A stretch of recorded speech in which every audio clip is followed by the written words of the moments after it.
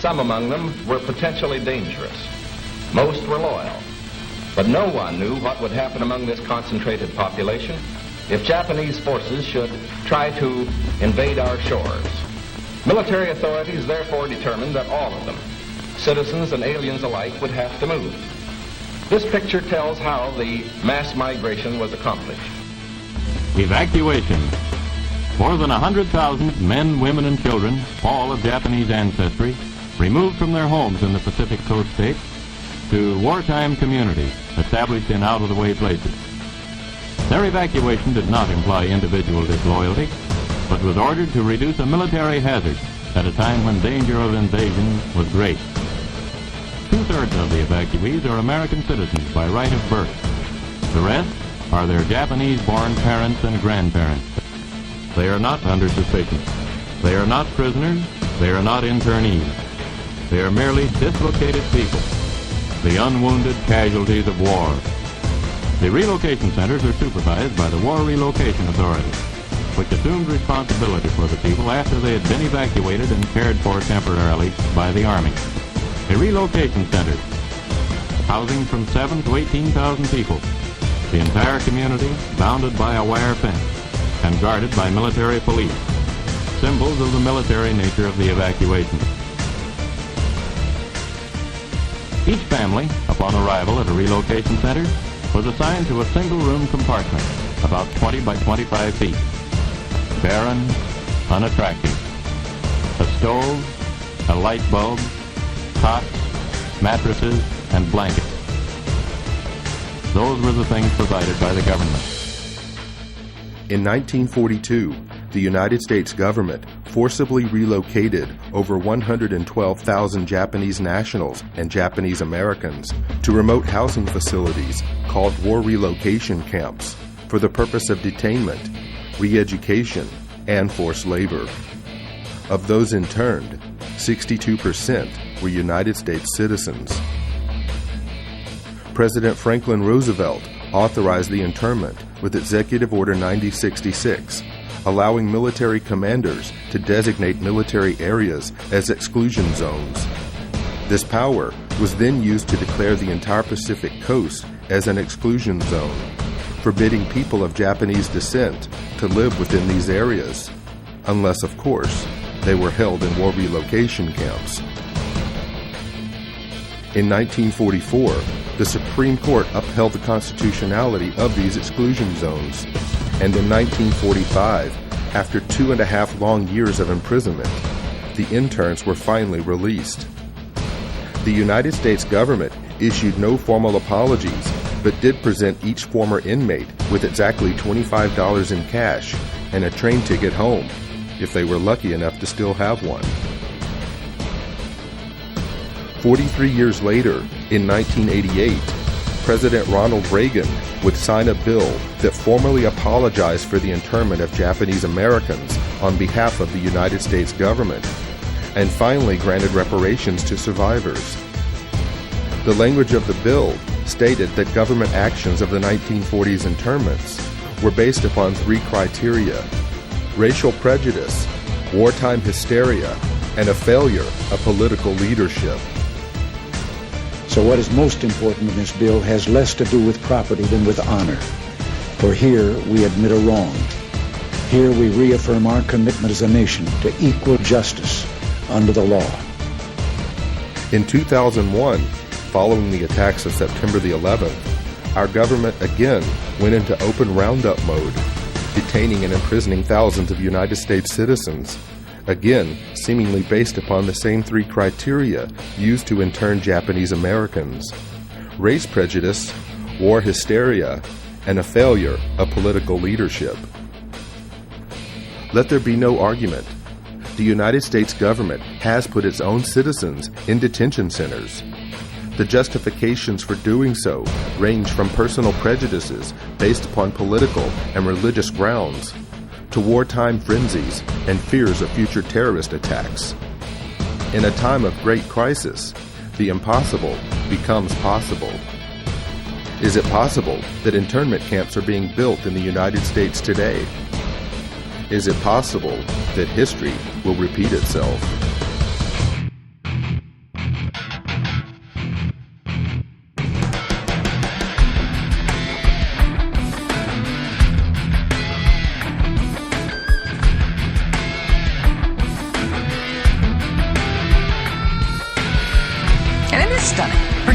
especially to hear President Obama claim the power to keep people in prison indefinitely with no charges against them, no conviction, no sentence, just imprisonment.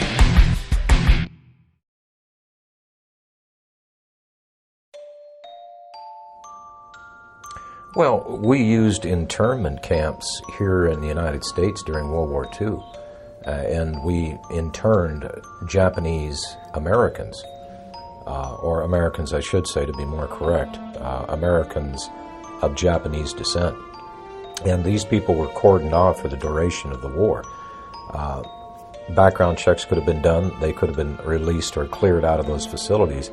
But it was thought best, because there was so much animosity toward the Japanese for the attack on Pearl Harbor and subsequent deaths of U.S. soldiers, that these people just be kept out of sight in one of their detention facilities. On April 1st, 1979, by Presidential Executive Order 12127, the Federal Emergency Management Agency was created for the purpose of coordinating the response to disasters that have occurred in the United States and that overwhelm the resources of local and state authorities. Upon its creation, FEMA absorbed the Federal Insurance Administration, the National Fire Prevention and Control Administration, the National Weather Service Community Preparedness Program, as well as several other federal-level preparedness programs. FEMA was also given the responsibility for overseeing the United States Civil Defense, a function which had previously been performed by the DoD's Defense Civil Preparedness Agency. In 2003, FEMA became part of the Department of Homeland Security's Emergency Preparedness and Response Directorate. FEMA follows three simple directives. 1. National emergency recovery. 2. Continuity of government. And 3.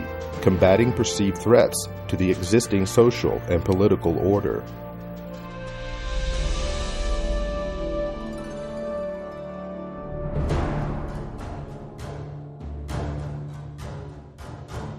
FEMA's implicit objective to provide aid to victims of disasters changed under the leadership of President George W. Bush.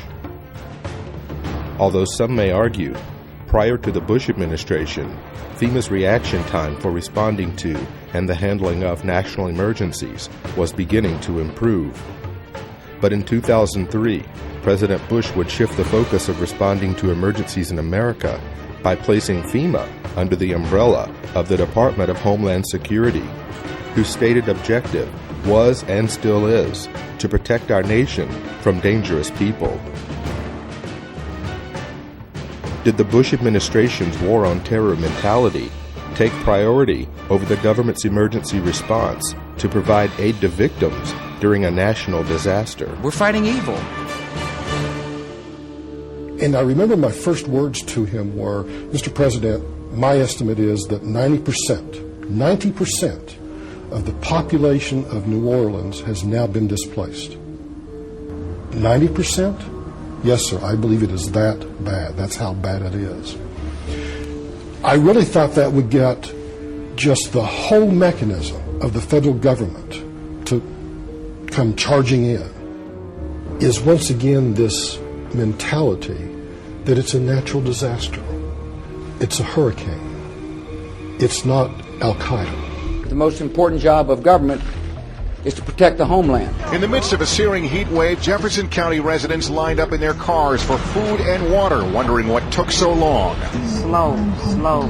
Everything is slow. The man who runs the county, Judge Carl Griffith, agrees, and in a meeting with President Bush this morning said FEMA's delivery of relief supplies was unacceptably slow. To save American lives, we must be able to act fast. To a real distrust of the federal government, especially with the levy system, because now the Army Corps has pushed that date back now to 2011. It was supposed to be up by 2010. As requests for emergency assistance poured in after Hurricane Katrina, one applicant listed this as his address, the Greenwood Cemetery in New Orleans, FEMA promptly issued a check for $2,358 for rental assistance.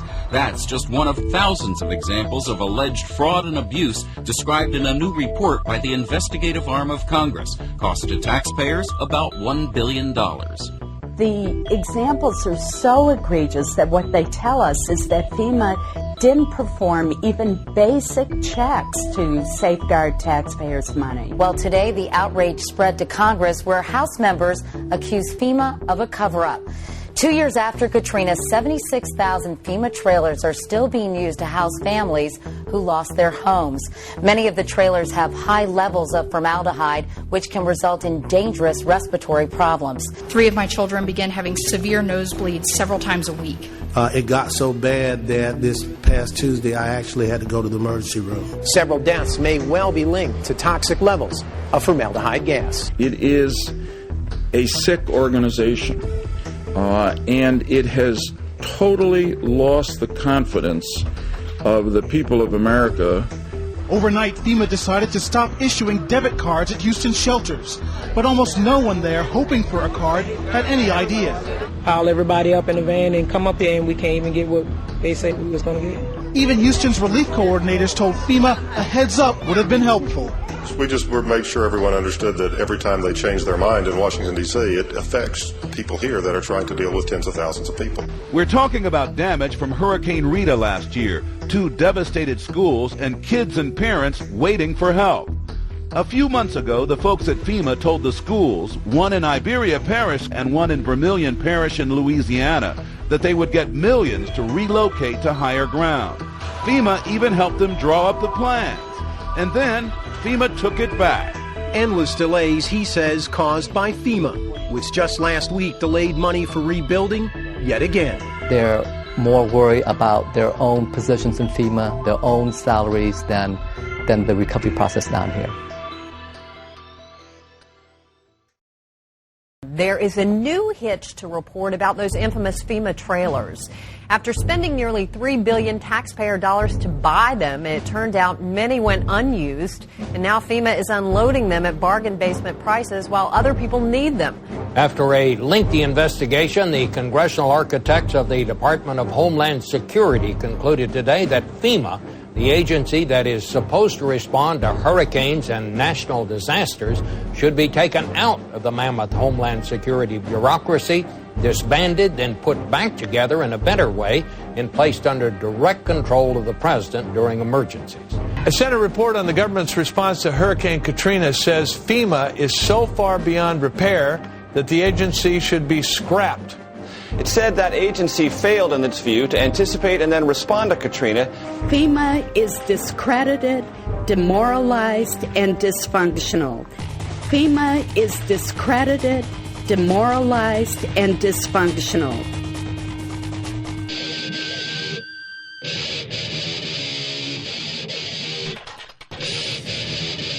In the mid-1970s, the discredited federal government was more scared of the public than ever, coming off the years of Richard Nixon. And so 2 Cold Warriors inside the White House of Gerald Ford began to bring back some of the Cold War ideas of an executive takeover of the United States through a emergency federal agency. And those individuals were Donald Rumsfeld and Dick Cheney. And so really what we see being set up by Jimmy Carter in 1979 is just a continuation of federal policy to expand a federal takeover plan for continuity of government. And so that's what the Federal Emergency Management Agency was really set up for.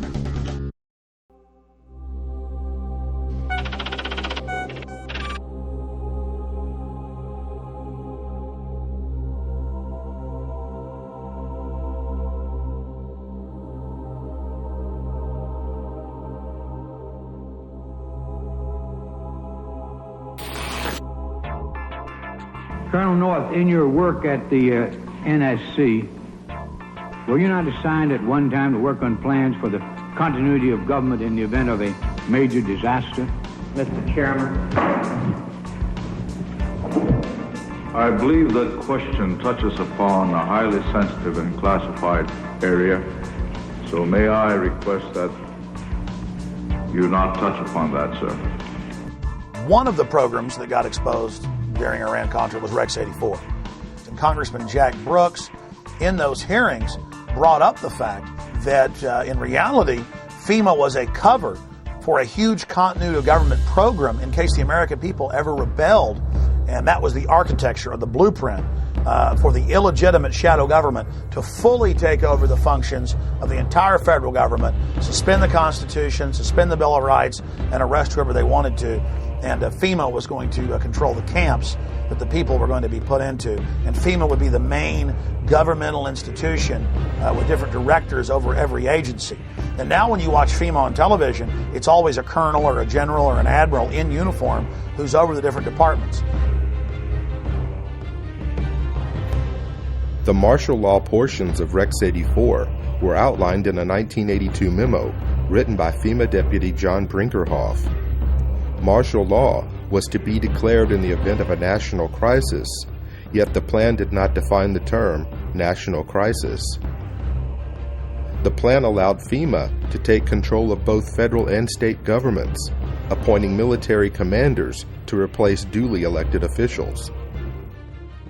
The plan also called for the rounding up of at least 21 million American Negroes for delivery to numerous military bases converted into prison centers, also known as FEMA relocation camps. Why? Because at that time, African Americans were classified as one of the largest threats to the continuity of the federal government. Who does the federal government consider the biggest threat these days? The convergence of globalization and technology has created a new brand of terrorism. There were persons who, for whatever reason, came to view their home country as the enemy. The kind of right-wing, religious-based domestic terrorism. Disturbing news tonight about homegrown terror. Part of this is big change in the White House, a new cultural experience, and some of the crazies are coming out of their closet. Right now, it looks like there is no connection between the men arrested and any known terrorist cell. Homegrown. Homegrown, I should say. Folks, we've got a very serious situation here. I'm holding what is called the right-wing extremism, current economic and political climate, fueling resurgence and radicalization and recruitment. And in it, we talked about the fact that they define pro-lifers as domestic terrorists. They put this in a Department of Homeland Security document, this official assessment, now saying pro-lifers, people that believe in end-time prophecies, people that are opposed to the administration's position on immigration, those of us that are standing up for the sanctity of life and for the sanctity of marriage, all of those are now potential, and this is what they're saying, domestic terrorists. It's a terrorist next door that could be our bigger threat. They call people who believe in the sanctity of life, who believe in owning firearms, who believe in serving their country in the military and coming back, who are very concerned about the policies that this nation is embarking on, spending too much money, taxing too much. It's all listed right here. These are the domestic right-wing extremists. 1 million names under the watchful eye of the United States.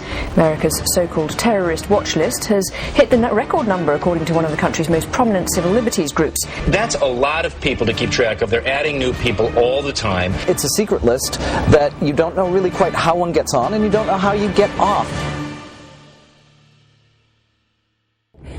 They're coming out and profiling huge groups of people. You know, if you voted for a certain political candidate, you should be considered a potential threat. And you couple that with things like the Patriot Act, where if you are a threat in their eyes, you can be held without access to judge, jury, and without access to a lawyer or even to your family. That's very concerning because we've watched our country go through and do this to brown people, you know, overseas. They're rounding up enemy combatants and they're putting them in camps and they are torturing them. That is a fact. We know that. In May 2007, President Bush signed the National Security Presidential Directive 51. The unclassified portion of NSPD 51 states that in the event of catastrophic emergency, a cooperative effort among the executive, legislative, and judicial branches of the federal government, coordinated by the president, will replace normal governmental procedure. Most Americans would agree that it would be prudent to have a plan to provide for the continuity of government. They have such a plan.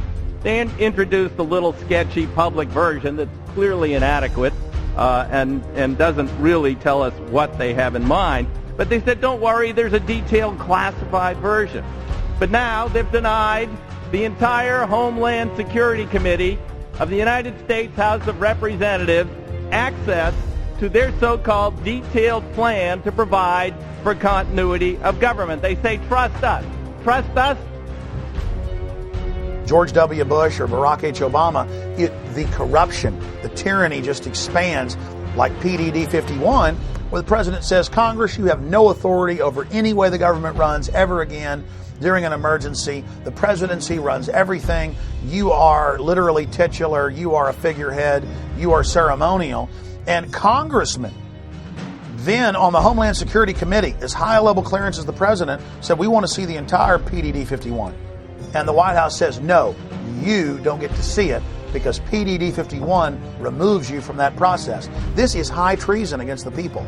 It is high treason to have the executive telling the Congress, you can't see Presidential Decision Directive 51. You can't see its accompanying executive order. You don't have any authority over anything anymore. FEMA is dysfunctional. This is high treason against the people.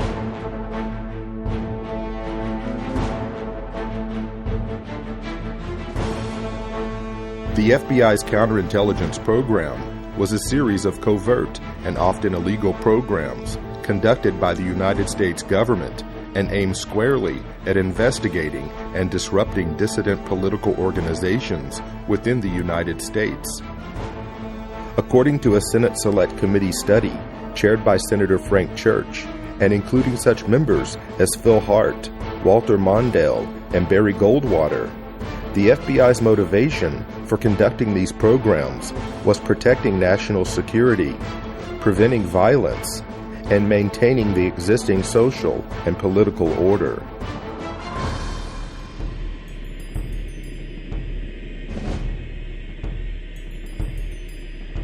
Targets included the Black Panther Party, the Ku Klux Klan, communist and socialist organizations, as well as nonviolent civil rights organizations, anti-war groups, and a broad range of organizations lumped together under the title New Left, which included groups labeled for intensified attention, such as the Southern Christian Leadership Conference, the Student Nonviolent Coordinating Committee, and Congress of Racial Equality. Over the course of 4 presidential administrations, FBI Director J. Edgar Hoover ordered FBI agents to expose, disrupt, misdirect, discredit, or otherwise neutralize the activities of these movements and their leaders. Speakers, teachers, and writers, even individual student demonstrators with no group affiliation, were all fair game. Individual case studies revealed that the FBI was successful in preventing the distribution of books, newspapers, and periodicals. They prevented groups from forming and disrupted peaceful demonstrations and large anti-war marches, as well as denied groups and organizations facilities to hold meetings and conferences. According to attorney Brian Glick in his book War at Home, the FBI used 4 main methods for their counterintelligence program. Number 1, infiltration, getting agents on the inside in order to undermine trust and scare off potential supporters. Number 2, psychological warfare, planting false media stories, forging correspondence, making anonymous phone calls, spreading misinformation about meetings and events, setting up pseudo-movement groups run by government agents, and manipulating and threatening parents, employers, landlords, school officials, and others to cause trouble for activists. Number 3, harassment through the legal system. The FBI and police abused the legal system to harass dissidents and make them appear to be criminals. Officers of the law gave perjured testimony and presented fabricated evidence as a pretext for false arrest and wrongful imprisonment. They also discriminatorily enforced tax laws and other government regulations. Number 4, extralegal force and violence. The FBI and police threatened, instigated, and themselves conducted break-ins, vandalism, assaults, and beatings, all in the name of maintaining the existing social and political order.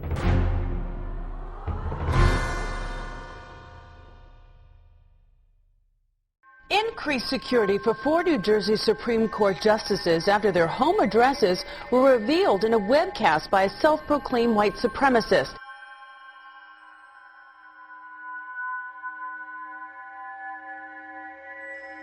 Welcome to the Hal Turner Show. Doesn't a noose symbolize hate, bigotry, division? Justice.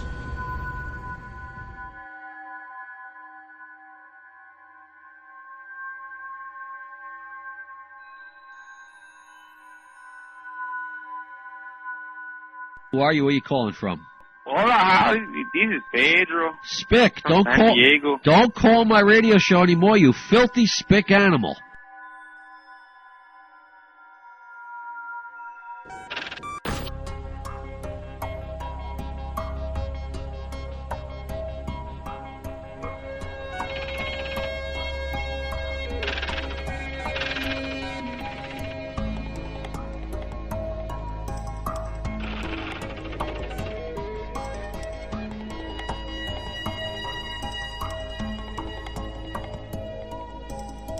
People were being profiled and stopped if they had certain kind of bumper stickers on their car, like a Ron Paul bumper sticker or a Chuck Baldwin supporter. And as you read the Make report, bits and pieces of that were lifted right out of the Project Megiddo report back in 1999 by the FBI, describing what terrorists were, how law enforcement could identify potential terrorists. And I can remember back in the 90s, the FBI was doing an education program with local law enforcement, and what they had was a trifold pamphlet. Again, this was not meant for public consumption, only to be passed around amongst the rank and file and the police. It ran through the list of what a potential terrorist might be or what they might prescribe to. And the list is kind of interesting. If you were a supporter of the Constitution, if you were an ardent supporter of the Second Amendment, or even if you were a person of deep religious conviction, you might be a member of a certain cult. And going back to Project Megiddo, it's all basically the same thing. That if you have any strong beliefs in anything, that you could be a possible threat. You could be a terrorist threat against government structure. In Missouri, a new document meant to help Missouri law enforcement agencies identify militia members or domestic terrorists has drawn criticism. The February 20 report, called the Modern Militia Movement, mentions such red flags as political bumper stickers for third-party candidates, such as Ron Paul, who ran for president, talk of conspiracy theories, such as the plan for a superhighway linking Canada to Mexico, and possession of subversive literature. So the state police in Missouri have been told that if you see a car with a bumper sticker that opposes the so-called creation of North American Union, the superhighway, that you are probably following a militia member, that you are following an anti-government radical. If you see a car with a bumper sticker that says Ron Paul for president, you might be dealing with a violent radical. Exercise extreme caution.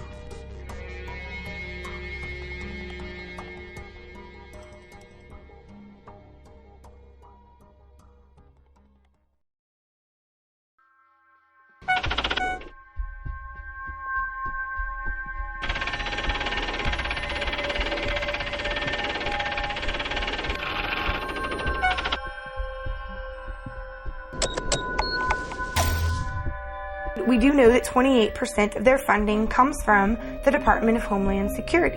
This is not the first time that a report has been issued to Missouri law enforcement and surrounding fusion centers in other states by the MIAC Center. This right here is a stack of every single one of the MIAC reports that has been drafted. MIAC Alert, Constitution Rangers, June 7th, 2007. You've got the Black Separatism Bulletin. November 4th, 2008, American Radical Islam Converts. Here's the MIAC Strategic Report dated 11/28/2008 on the anarchist movement.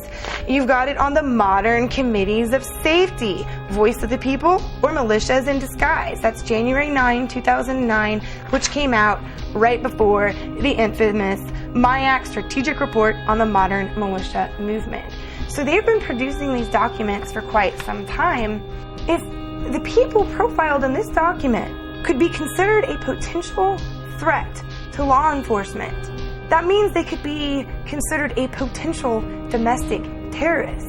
And if you have the word terrorist attached to your name, whether it is domestic or foreign, the Patriot Act still applies to you, whether you're an American citizen or not. I remind you that before the Nazis began to persecute and incarcerate and kill and so forth the Jewish people in Germany, the first thing they did was label them as extremists and fanatics and all these kind of things and get the people conditioned against them. And then with the approbation of the general populace, they were able to unleash the fury of the state against them, and we all, of course, know what happened as a result of that.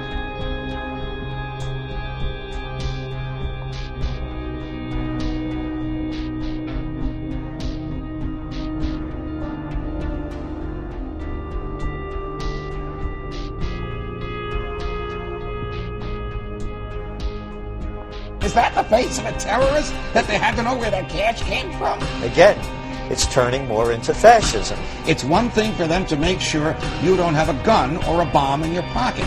It's another thing for them to not like a book. This shows you the danger of profiling. Maybe he was profiled because he had a Ron Paul bumper sticker. An anti-tax demonstration is scheduled for downtown's Keener Plaza April 15th.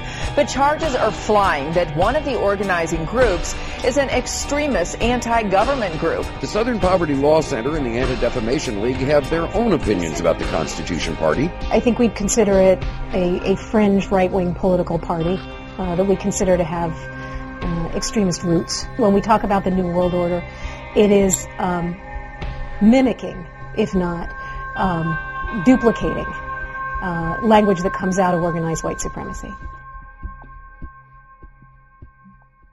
The elites have said that they want to have a final revolution, that they know the public's going to revolt against them, so that's why they've scientifically set up the surveillance grid, the cashless society. This whole continuity of government system is designed to suppress and control the people of America. Northcom, the Pentagon, the military are all announcing their number one job now is fighting the American people. They're saying the number one terror threat is veterans and gun owners and conservatives and libertarians and Ron Paul supporters.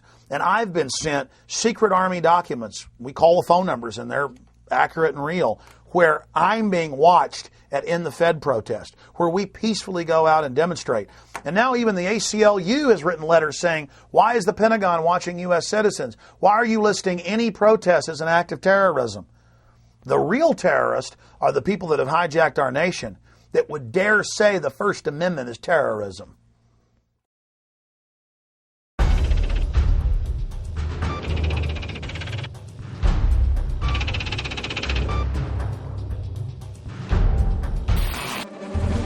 Two new reports out document an alarming rise in the number of hate groups in the United States. The Southern Poverty Law Center's intelligence report found 926 active hate groups in the country. That's up more than 50% from just 2000.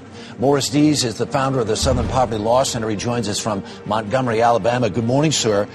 Your report dovetails with a brand new report from the Department of Homeland Security claiming basically the same thing. And they say part of it is because of the election of President Obama. Other part of the responsibility goes to the deteriorating economy. Political climate, the election of Obama, the immigration issues that have faced the United States over the last 5 to 10 years, and now especially the economy, is almost causing a resurgence of what we saw in the days of Timothy McVeigh. almost a militia movement that's being reborn in the United States. Homeland Security says people who oppose abortion or worry about the threat of illegal aliens could pose a radical threat to America. It warns about groups and individuals dedicated to single issues like abortion, immigration, and gun rights, and even raises a red flag about veterans returning home from the wars in Iraq and Afghanistan. Does this report seem to lump in ordinary Americans who have real concerns about stuff with nutjob racists and anti-Semites? There's one thing that's glaringly missing here. No discussion about the real terrorists, the Al-Qaeda cell groups and others that are located inside the United States. It's all about domestic. It's not overseas. The most dangerous. It literally changes the entire focus for the Department of Homeland Security has been doing. I was passed by an Oklahoma City police officer vehicle. They slowed down, got in behind me, followed me for about 3 miles, and then pulled me over. When the officers approached my vehicle, they asked me if I knew why I was being pulled over, and I said no, I had no idea. And they said it's because of the sign in the back of your truck. And I said, my sign that says aboard Obama, not the unborn. And the officers said yes, that's why. Later that afternoon, I got a call from the Secret Service. They wanted to do a quick walkthrough of my house to make sure I wasn't some kind of radical racist. Why would Americans, under the guise and the threat of worldwide terrorism, why would they willingly give up or relinquish their rights to government when our rights did not come from government in the first place? Our rights merely came from God. They were enumerated by the government, put in the Bill of Rights as a reminder not to us, but those in power as to not violate them. I know the history of government, not just American government, but the history of government well enough to know that most governments acquire power and they do not like dissent. We are losing our freedoms in the United States. Most Americans do not realize that we have free speech zones in the United States. I mean, talk about an oxymoron. You know, all of the 50 states are a free speech zone. You're an American. That by definition creates a free speech zone. We have freedom of speech because we stand up and say what we think, not because the Founding Fathers ratified the First Amendment in 1791. So if we're losing the free speech zones, the governments in general throughout history have tried to quell dissent by controlling the media, which we already have in this country, and by generating fear of confrontation. After Seattle, the feds said we can't allow protests anymore in America. It's too dangerous. That's why we're going to have free speech zones miles away from where the events are, in baseball fields, in church parking lots, where nobody can see you or hear you. You've got your First Amendment, but you've got it way over here miles away. That all started as a beta test in Seattle in '99 with the police, after they'd staged the riots, with hired anarchists, coming up to people saying nowhere in the city could they even wear a pin saying no WTO. And the police say, hey, First Amendment is suspended in Seattle, and the news pushed it like it was a good idea and the right thing to do. The lines are open. This is First Word, ladies and gentlemen. At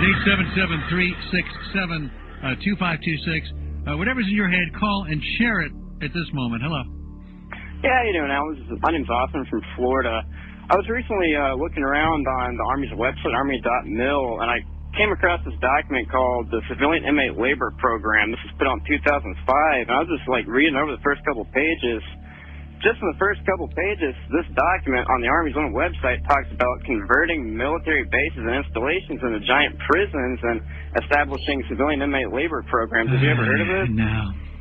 This is on Army.mil if you want to look it up. Okay. It came out in 2005. Another conspiracy theory. This is on the Army's website, Yeah. sir. All right, so we're all going to be in prison, right? They're going to have prison camps? I don't know, but, I mean, obviously there's a document that has Yeah, there are lots of documents in in lots of places. But this is on the military's own website. Yeah, okay. There. Yeah. Army.mil. Okay. I'm on Army.mil. Says the link's broken. There's no such Army.mil. Can you get to Army? I can't get to Army.mil.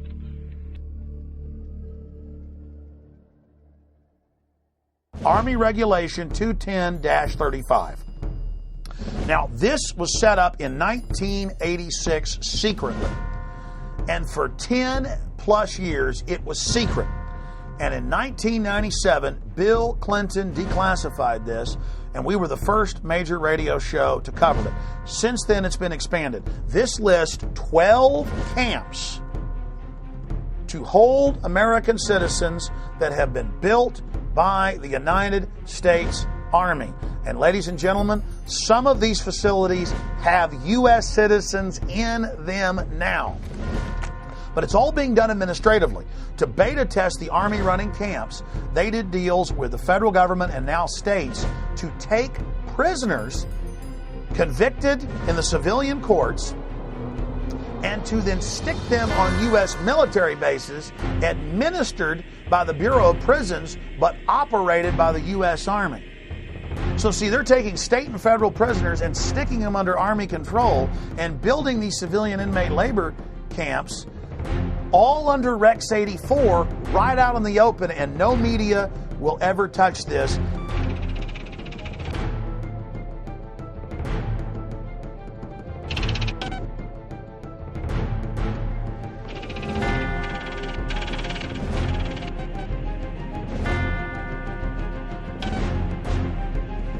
Beginning in October, the Army plans to station an active unit inside the United States. Under NORTHCOM and under the new Homeland Brigade, it was first going to be 3,000, and then 20,000, and then 40,000. The 3rd Infantry Division's 1st Brigade Combat Team has spent 35 of the last 60 months in Iraq. Combat-hardened troops who've been running camps and centers in Iraq are now coming back to the United States to, quote, carry out law enforcement actions. The Army unit may be called upon to help with civil unrest and crowd control. There has been some concern and some misimpressions that I'd like to correct. The primary purpose of this force is to provide help to people in need in the aftermath of a WMD-like event in the homeland. This force has got no role in civil disturbance or civil unrest, any of those kinds of things.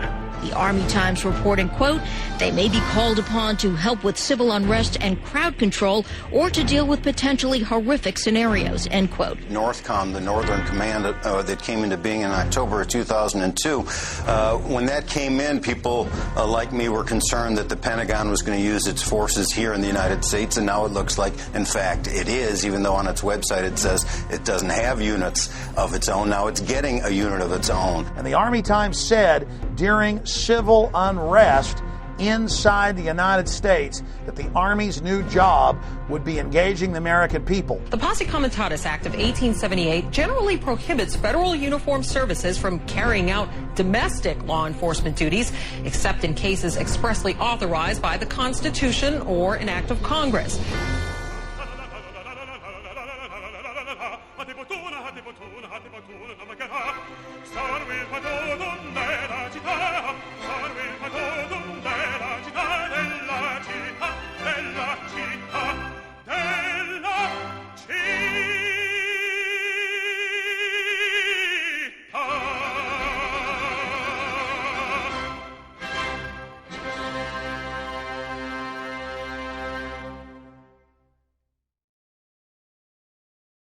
They can't just come in and say, you know, I want to see everything in your car. I want to see everything in your house. I want to go through your computer. You either have to voluntarily hand that over to them, or they have to have probable cause and get a warrant to do that.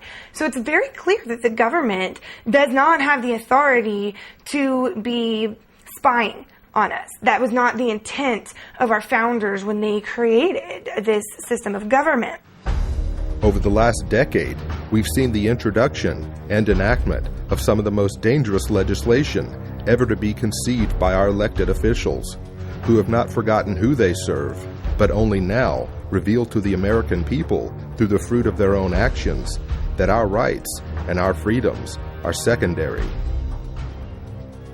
The USA Patriot Act allows for American citizens to be picked up and incarcerated indefinitely without charges, and allows law enforcement to conduct warrantless and secret searches of Americans' property and possessions. The Military Commissions Act dissolved the cornerstone of our Constitution by removing the writ of habeas corpus, allowing the permanent imprisonment of enemy combatants, and disallowing petitions to the court to know why you've been locked up in the first place. Although never passed by the Senate, the violent radicalization and Homegrown Terrorism Prevention Act shows us the mindset of our leaders in Washington. If passed into law, the bill would make public demonstrations and protesting into an act of terrorism and label the organizers as thought criminals and potential homegrown terrorists. Now that the federal government has the authority to sneak, snatch, and lock up its own citizens, a new bill has been introduced by Congress that gives the feds a place to hold those outspoken dissenters and potential domestic terrorists. The National Emergency Centers Establishment Act, or H.R. 645, allocates military bases to be converted into FEMA emergency centers. It also mandates that these camps be built complete with public works, medical, and educational facilities, just like the Japanese internment camps of the 1940s.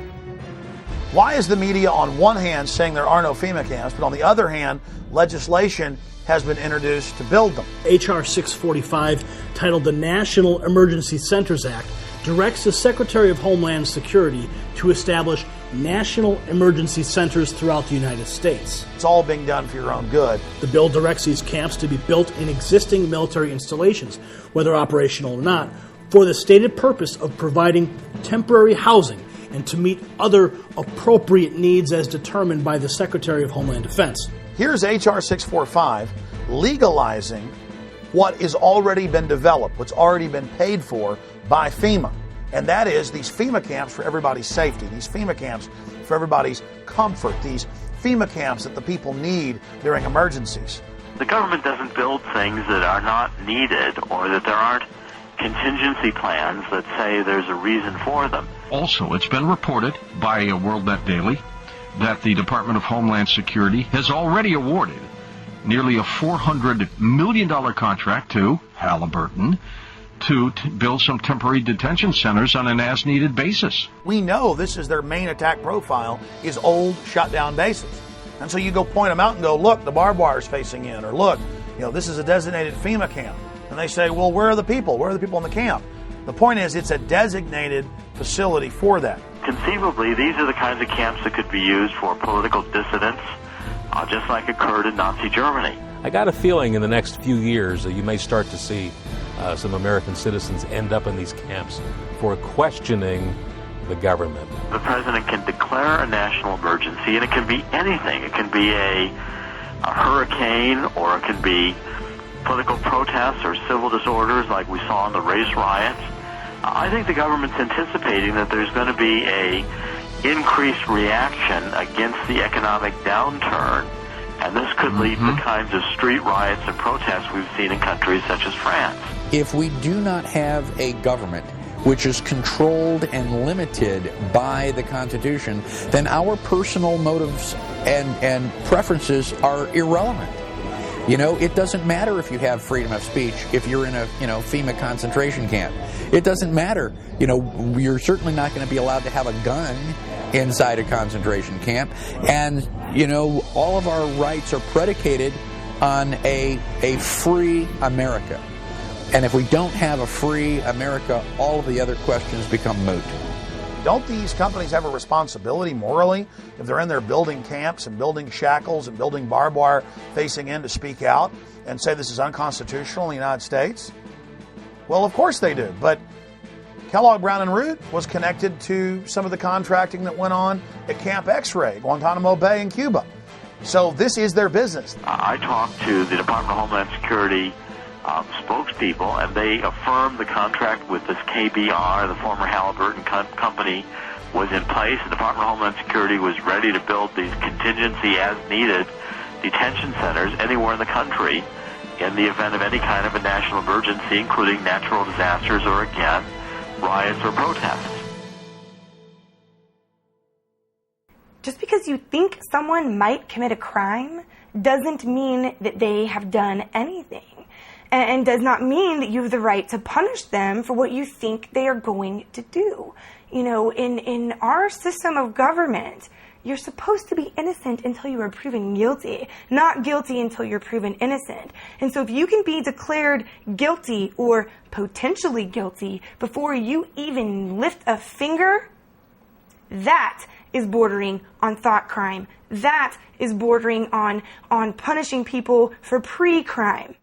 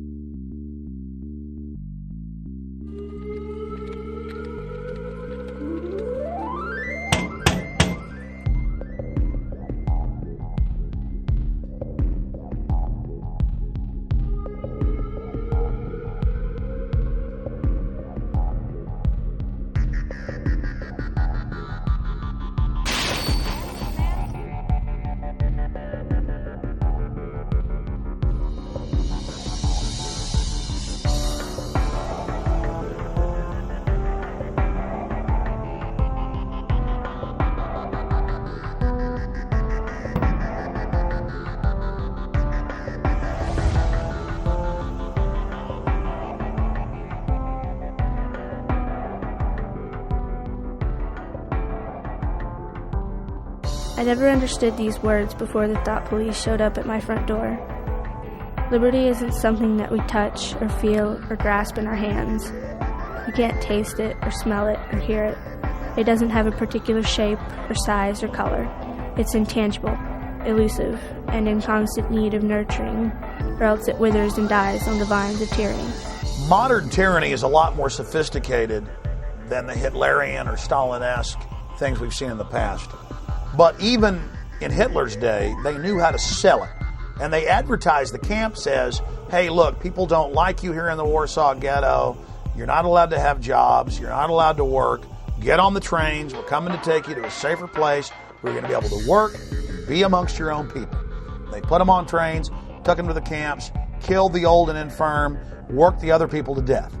And they advertised, hey, we're going to delouse you, going to give you a shower, march right in here.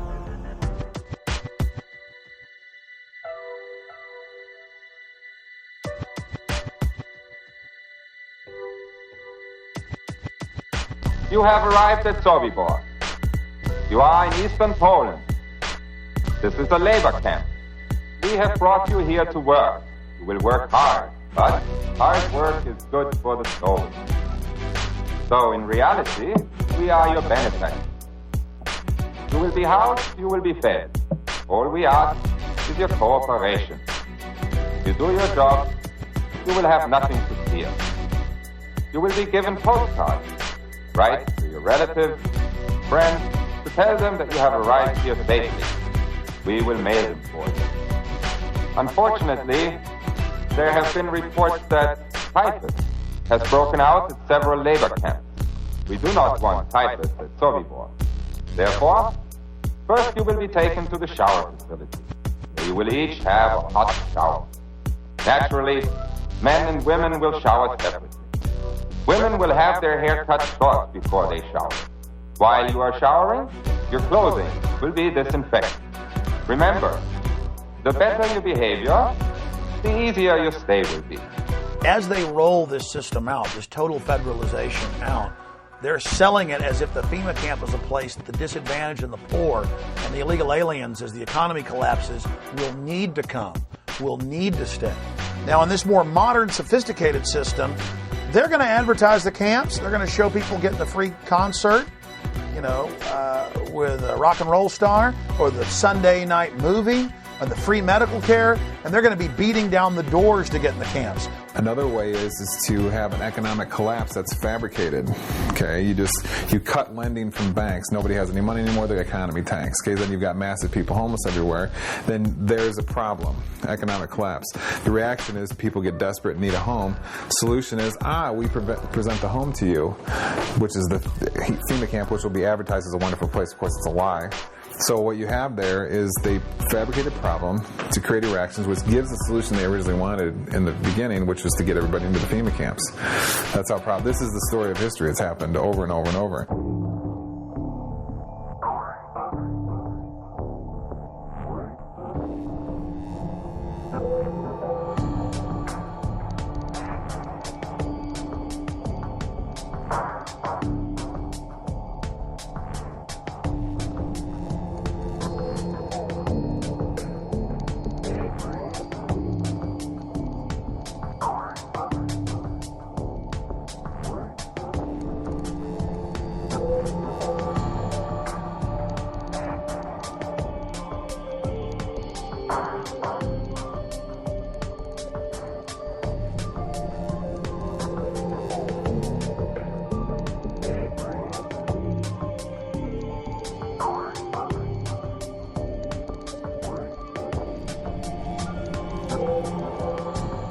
If you can detain people, I would call them quasi-concentration camps.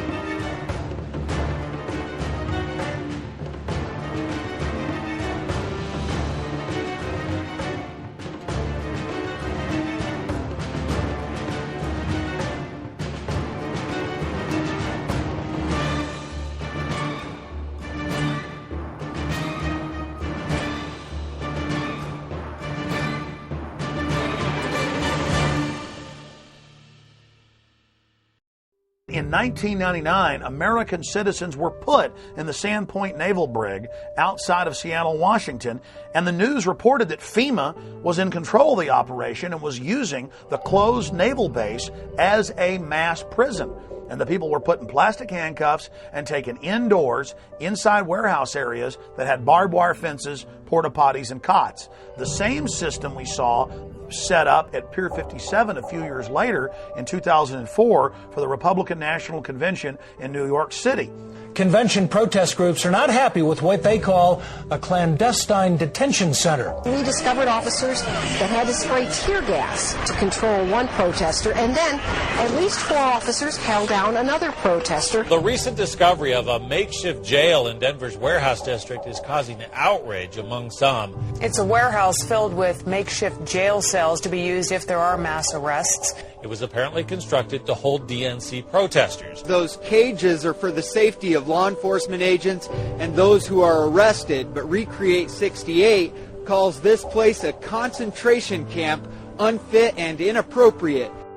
We don't need another gulag or stalag or prison, whatever you want to call it, to house people who just want to express an opinion of a better world. That's why we have the protests. This lot sitting right next to where we're filming right now, it's fairly big, comprising several acres. That itself can be readily turned into a holding area by virtue of some concertina wire, some observation guard post, and a security ring. Doesn't take much. It can be a sports arena. It could be abandoned airports. It could be abandoned military facilities. Any place that you could set up a security perimeter could be used as a temporary internment camp.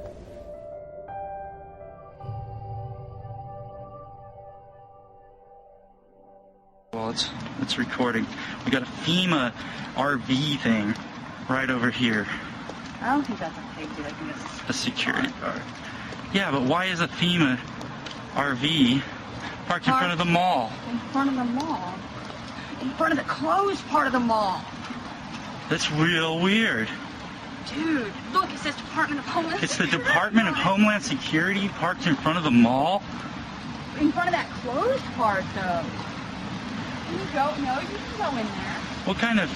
Why do we need Homeland Security at the mall? No. Do we need Homeland Security right here? Look, it says it right there. That says U.S. Department of Homeland Security. And why are they parked in front of the mall? Oh, man, that's what I want to know. What are y'all doing here? We just thought. I just want to know. I want to know what y'all are doing here. Step outside, please. Will you tell me what's going on? I will be more than happy as soon as you step outside. Sure. Is there a reason you're doing that? We just saw the FEMA cam, and I thought y'all were part of the. There's some sort of emergency, or what's going on? Already been shut down. Or not the mall. This store had already been shut down. But Is there some reason why FEMA's here, though? in case Ike hits. In case I what? called him. He's not. Dude, you're just a security guard. I'm a security guard. Don't tell me that. I'm sorry. We're part of an organization that is just making sure everybody understands what's going on these days. And I don't understand why y'all are here, though. You still didn't explain why y'all are here. I'm not going to. Okay, just don't step. So what kind of operations are going on inside? Have a good night. Just tell me what kind of operations are going on inside. They built the temporary detention center. It was about 780 beds that have really made a difference.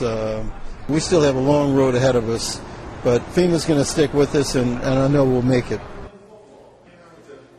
It's a $37 million facility. It was built in Indiana. It was modeled off of a modern facility in Michigan. It originally was designed in the States and brought down here in sections, so we put it together like one big Lego piece.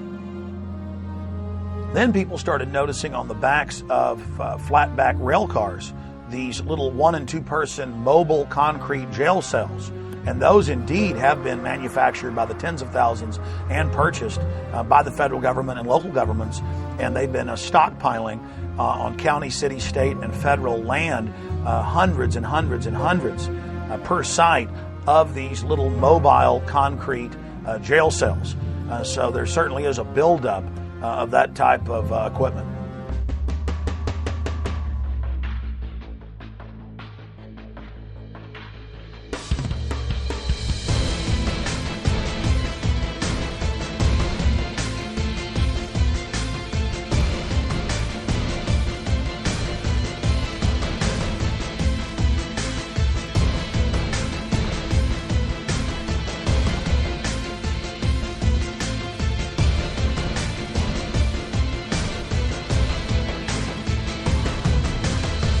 Several years ago, the military issued a challenge to create a faster and better razor tape. They wanted a barrier that would be at least 50 inches taller than the standard fence and one that could be deployed faster than 30 man-hours. Ulster County-based Cobra Systems is getting ready to ship the first batch of its express razor wire to the U.S. military. The system allows soldiers to lay hundreds of yards of wire from the back of a vehicle in just a few moments. This is more of an action of a country that has gone absolutely berserk, that they feel that they would have to jail their own citizens, that the government would fear its own people so much that they would be talking about detaining people or incarcerating them or vetting them or investigating them or whatever. This whole thing has been turned on its head. So anytime that you can demonstrate the power of government and you want to condition people into a way of thinking or to intimidate them or make them fearful, do actions that are going to put the fear of government and authority in people's hearts, strike that chord and make them shut up. Just when people in this country should be doing exactly the opposite, because I don't even recognize this country anymore. Attention, attention, attention. American forces are here to help. Remain calm. We will not tolerate civil disobedience.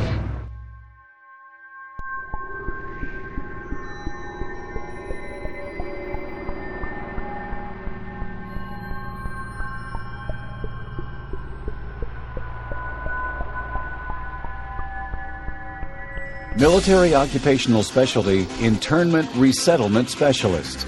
This MOS plays an integral role in providing a uniform system of handling prisoners and detainees. Trained as internment resettlement specialists to control and supervise detainees to ensure their humane treatment. For this job, the Army will train you to use specialized equipment to monitor activity, to conduct searches, and to inspect areas where prisoners work and live.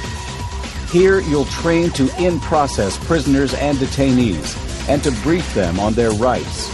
After your initial entry training and advanced individual training, you'll work long hours, day or night, in a garrison or field environment, where you may practice emergency procedures, detect and confiscate contraband, and escort prisoners outside the facility.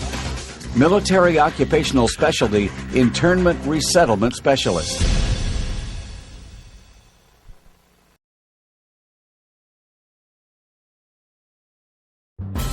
The burden of service has fallen almost exclusively onto the backs of our military. And that's why I won't just ask for your vote as a candidate. I will ask for your service and your active citizenship when I'm President of the United States. Citizenship is not an entitlement program. It comes with responsibilities. A young person joining our military must know that we will only send them into harm's way when we absolutely must. We need to ease the burden on our troops while meeting the challenges of the 21st century.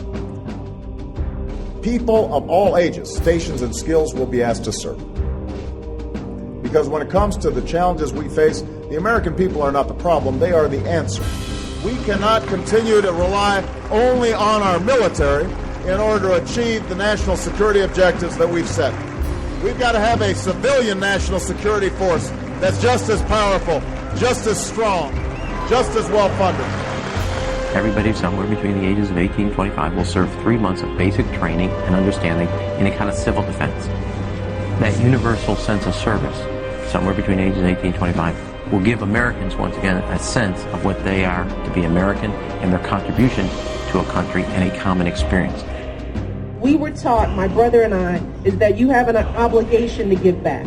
That's why community service has been such a big part of my life. Our troops need to know that we're making the same commitment to this country that they've made. I love Obama.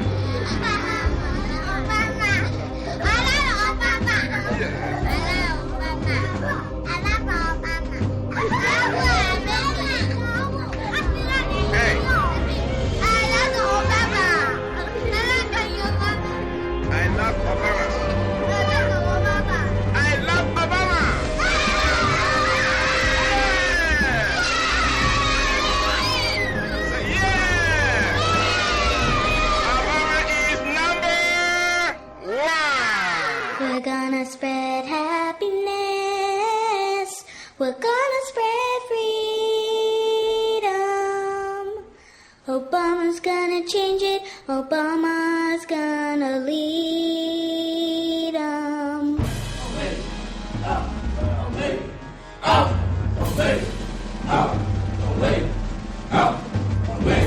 Since then, even the New York Times has reported that they're training the Boy Scouts now with Homeland Security to, quote, take on disgruntled veterans and gun owners in, quote, seek and destroy operations. And they had photos in the New York Times of these kids dressed up in Homeland Security outfits going after veterans and gun owners. Stalin said, give me somebody before age 7 that can turn them into anything I want. So that's why there's this push. Get the kids into the school system. Get them to not follow evidence. Get them to only do as they're told. Get them to be little robots. Get them to think it's normal to march up in lines and act like little soldiers and so forth. And then later in life, they'll never know the difference. Everybody has to get rid of the idea that they're an individual. They have to understand that we all have to work in the group for the collective, for the good of the whole. Not for the good of your child or for the good of the teacher, for the good of the whole. If you have to give up some of your most cherished beliefs, and that they have to train you to give these up because it's going to be for the good of the whole, you give it up. What this legislation does then is to help harness this patriotism and connect deeds to needs. We cannot continue to rely only on our military in order to achieve the national security objectives that we've set. We've got to have a civilian national security force that's just as powerful, just as strong, just as well funded.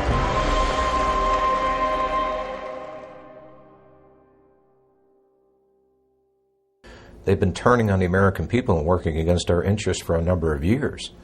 And the people that you may be seeing that are going to be targeted to be put into these camps, these dissidents, these disenfranchised, disaffected people, the government would never, ever turn on the American people. They would never create a situation where they were so displeased with their government that the government may be forced to throw these people in concentration camps. They'd never do that, would they? My name is Sam Ozaki. I'm a native-born American citizen, Los Angeles, California, along with about 120,000 other persons of Japanese ancestry when Franklin Delano Roosevelt signed Executive Order 9066. We were all rounded up like cattle and placed into America's concentration camps.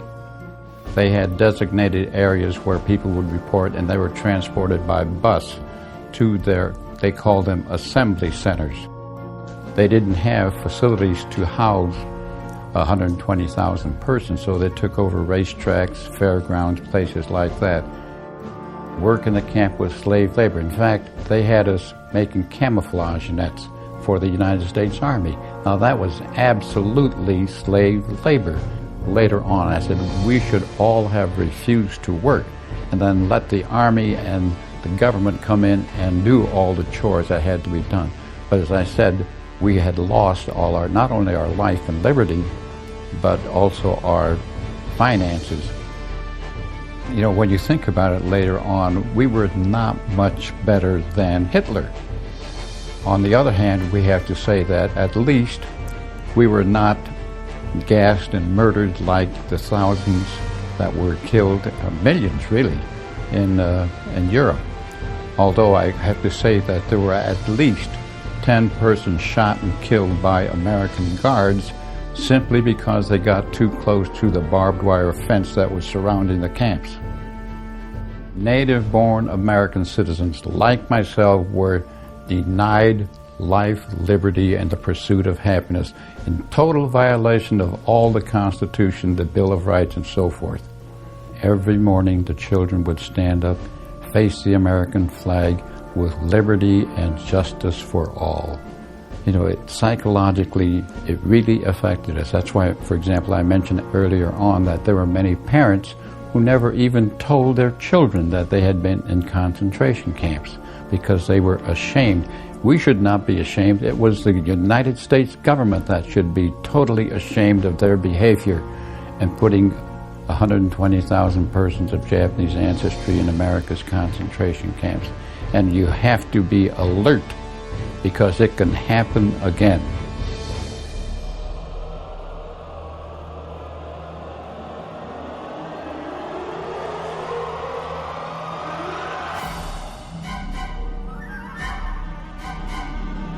If we look at American history between 1942 and 1947, the data that was collected by the Census Bureau was handed over to the FBI and other organizations at the request of President Roosevelt, and that's how the Japanese were rounded up and put into the internment camps.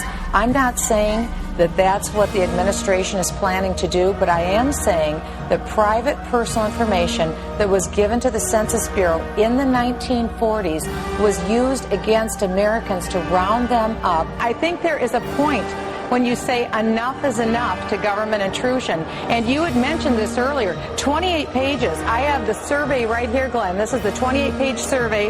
This is the short form that every American will get next year.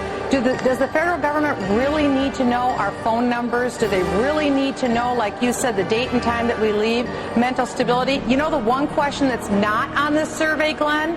Are you a U.S. citizen? I am just not comfortable with the way this census is being handled, with associating with ACORN, with the questions that are being asked, with Americans being compelled to give this information. How will this be cross-checked? Will it be held privately?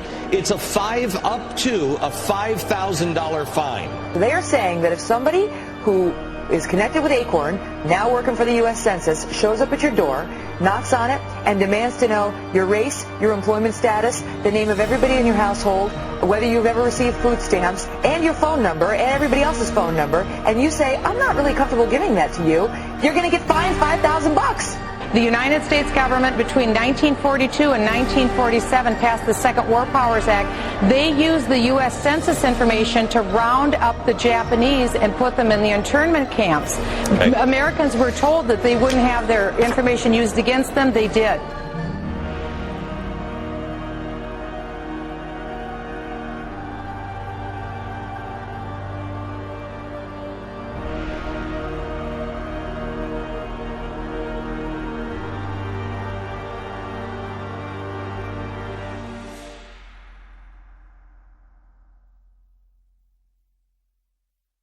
Well, one of the things that we're fighting here in Oklahoma City, we have a radio show called Radio Free Oklahoma, and we try to get the information out about the upcoming swine flu vaccines.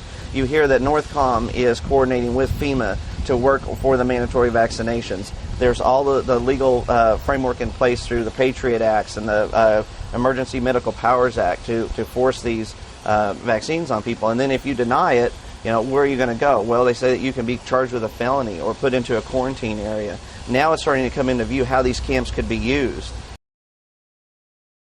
Well, today we're in a circumstance where the economic and the political dynamics are pushing America and the whole world into a crisis dynamic. This crisis is being created through the process of sustainable development policy. Several things are occurring. One is that our system of justice is being changed. We're shifting from equal justice, where every human being has certain unalienable rights to life, liberty, and property, etc., to a system of social justice where no one has any such right, but where people are judged based upon the group that they're part of. Previously, there have been several reports, such as the MIAC report in the state of Missouri, but this is the first time that a report such as this actually named individuals. Once you label someone in a derogatory manner, an extremist, a potential militia member, terrorist, whatever term is used, for some people the moniker will remain. Before you can persecute people, before you can incarcerate large numbers of people, you have to marginalize them. You have to create the image that these people are dangerous to society, or they're extremists or radicals, call them what you will, but marginalize them from the mainstream of society so that at that point the rest of society will accept the persecution that might result upon this group. It's been an age-old strategy that's worked in every totalitarian regime in the history of the world, and that's why we're concerned here in the United States when we see this kind of marginalization going on about people who voted for Ron Paul or people who voted for Chuck Baldwin. Why are they being marginalized? Why are they being singled out as a potential danger to society? And I think it's shades of the strategies and tactics of totalitarian regimes in history past, and that should never happen in this country. The people in Washington, D.C. haven't represented what was on the American people's minds for a long, long time. They are the most disassociated, discombobulated, disconnected people on this planet. And they necessarily had to do that for all the violations of the Constitution that they've done. Just how far are you willing to go before you stand up and say no more to the federal government? Our founders actually intended for the federal government to be very small and limited, and that most of the service of government was to be done in the states. And so I think there's probably a growing conflict between states and the federal government. And I think there's some really good reason for the federal government to be concerned right now, because I think there are a lot of people in the United States that are beginning to say, where are we going to draw the line in the sand and say no more to the federal government?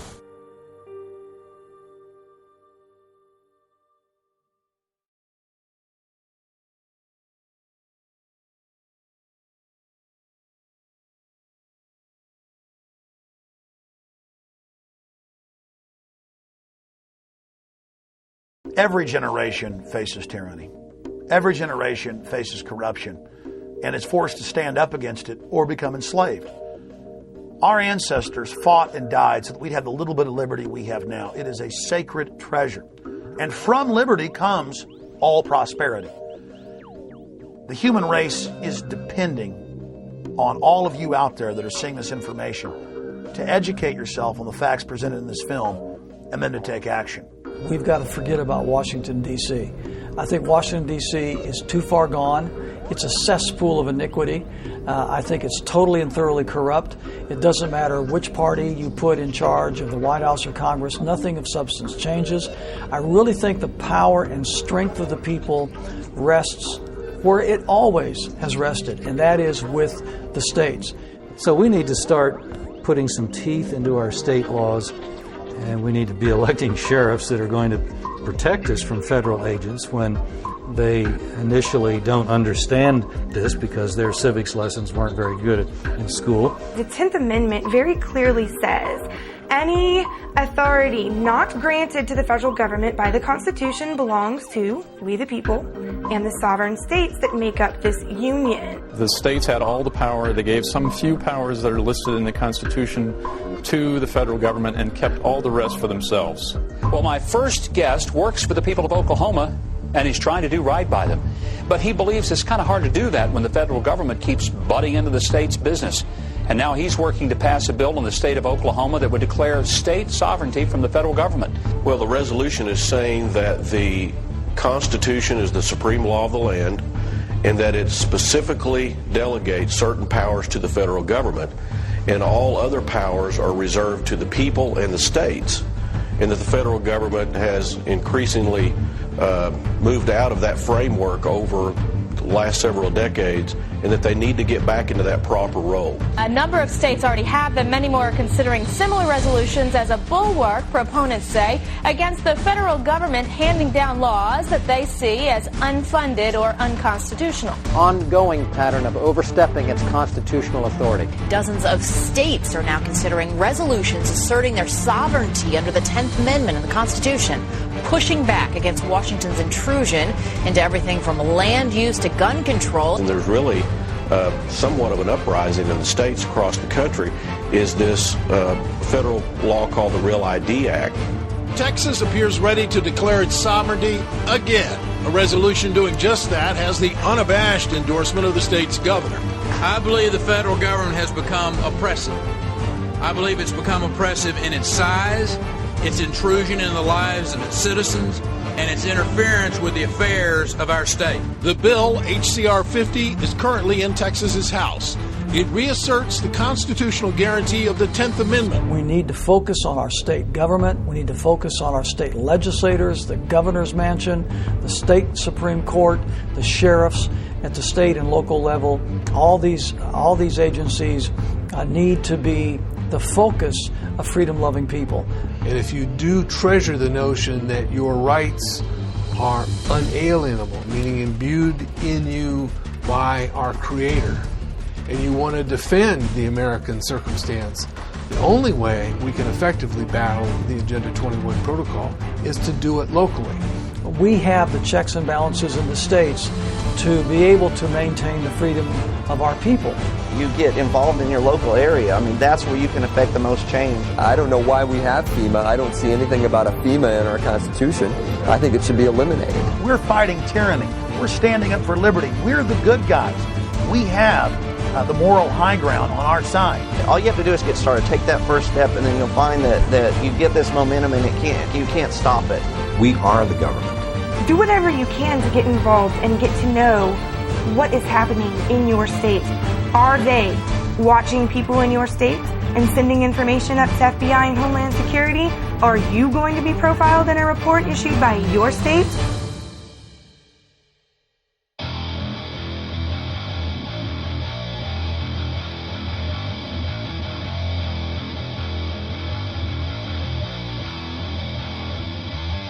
Just be alert, study your Constitution, learn all you can. I think there's certain basic organic documents that you need to become familiar with. I would start with the Mayflower Compact. The next one I would urge you to read is Patrick Henry's famous speech where he ended by saying, "Give me liberty or give me death." Certainly the Declaration of Independence is one it's a philosophical framework. The Constitution came along after that to be actually the blueprint or the framework of a building built upon the ideas espoused in the Declaration of Independence. You must read the Federalist Papers and the Anti-Federalist Papers, Northwest Ordinance, George Washington's Farewell Address. These are the organic documents from which we came, and it basically expressed who we were when we attained to greatness. It's who we need to go back to. On top of that, there are many other really important books to read to understand your enemy. And I would suggest The Shadows of Power by James Perloff, Creature from Jekyll Island by G. Edward Griffin. Another one actually written by one of the enemies, in my opinion, is Carol Quigley's Tragedy and Hope. So read those books, study and all to know what we are, but also equip yourself with understanding of who your enemy is, because we're in a struggle for our future at this point in time. I am now working at a network that will follow through on a story. I am not a journalist. I'm just a guy who cares. I'm sorry. I'm just a guy who cares an awful lot about my country. And I think you do too. But sometimes, for political reasons or whatever reasons, people just won't follow a story. I have to tell you, I'm doing a story tonight that I wanted to debunk these FEMA camps. I'm tired of hearing. You know about them? Sure. I'm tired of hearing. I wanted to debunk them. Well, we've now for several days done research on them. I can't debunk them. And we're going to carry the story tonight. I don't know anything about them. So. It is our government. If you trust our government, it's fine. If you have any kind of fear that we might be headed towards a totalitarian state, look out. I've been watching Glenn Beck for a long time, and I saw him say that Ron Paul supporters are basically all terrorists and that the Army should watch Ron Paul supporters. Then he became Ron Paul's biggest buddy. I watched him come out repeatedly and demonize the 9/11 Truth Movement or anybody who questioned anything the government did. And then when he said he was going to expose the FEMA camps and he thought they were real, I said, look out, folks, this is his MO. He acts like he's on our side. He acts like he's really investigating. And then he sucker punches you once he's gotten your confidence. Popular Mechanics, they did an incredible job in the writing of the definitive debunking of the 9/11 conspiracy that everybody knows now is not true because of Popular Mechanics, except Rosie O'Donnell. James is here now to do the same with the FEMA camps. He specifically was going to build a straw man argument and go after some of the fake stories of false FEMA camps, like the Amtrak train station. This is an Amtrak repair facility in Beech Grove, Indiana. The woman who made this video initially claims that it's some kind of American Auschwitz, and they've outfitted buildings with gas, and they've got these strange turnstiles. In fact, it is a repair facility. They're repairing trains in there. Well, trains, I believe Auschwitz had trains. I'm just saying, Jim. Oh, yes, there are real FEMA camps, and there are bills and legislation, and Americans have even been held in FEMA camps before during demonstrations in Seattle. But he didn't choose to go into any of that, even though we mailed him packets of that material. One of those buildings has been knocked down. This video actually dates from about 1995. So the turnstiles are there they were there. They're not there anymore? Right. The turnstiles were just ordinary subway turnstiles that would be familiar to anyone who's ridden the subways in New York. He went to the disinfo on the internet knowing he could discredit a straw man. And that's what's so despicable about Glenn Beck, is that his propaganda is so shoddy that it's just amazingly predictable. By the way, if you want to get all of the information and more on the FEMA camps, debunk information that we couldn't get into this segment, help silence the annoying conspiracy freak in your life. There is enough out there. We don't need to make stuff up. Glenn Beck knows he's a liar.